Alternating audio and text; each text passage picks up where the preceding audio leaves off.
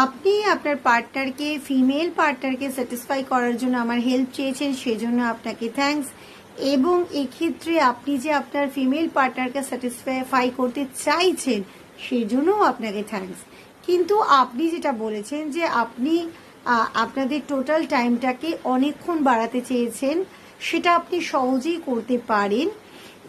যেমন ধরুন এজিং আছে, স্টপ অ্যান্ড স্টার্ট মেথড আছে, যেগুলো সম্পর্কে সম্পূর্ণ ডিটেলস আছে আমার আগামী যে বইটা আসছে, অর্থাৎ প্রথম সেক্স এডুকেশনের উপর যে বই ছিল আমার এসব কথা বলতে নেই, তার পরের পার্টটা প্রথমে যেটা ছিল সেটাতে একদম প্রথম দিকের কিছু তথ্য, নেক্সট যে পার্টটা আসছে সেটাতে কিন্তু এগুলো সবই আছে।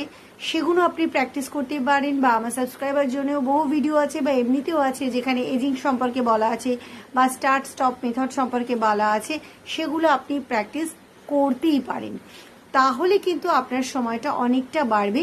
কিন্তু আপনাকে একটা কথা বলি যে যদি আপনি চান যে পেনিট্রেশনের পর থেকে আপনি 30 মিনিট কন্টিনিউ করতে চাইছেন, সেটা কিন্তু কোয়াইট টাফ। কারণ জেনারেলি পেনিট্রেশনের পর থেকে 5 থেকে 7 মিনিটের মধ্যেই কিন্তু ইজাকুলেশন হয়ে যায়।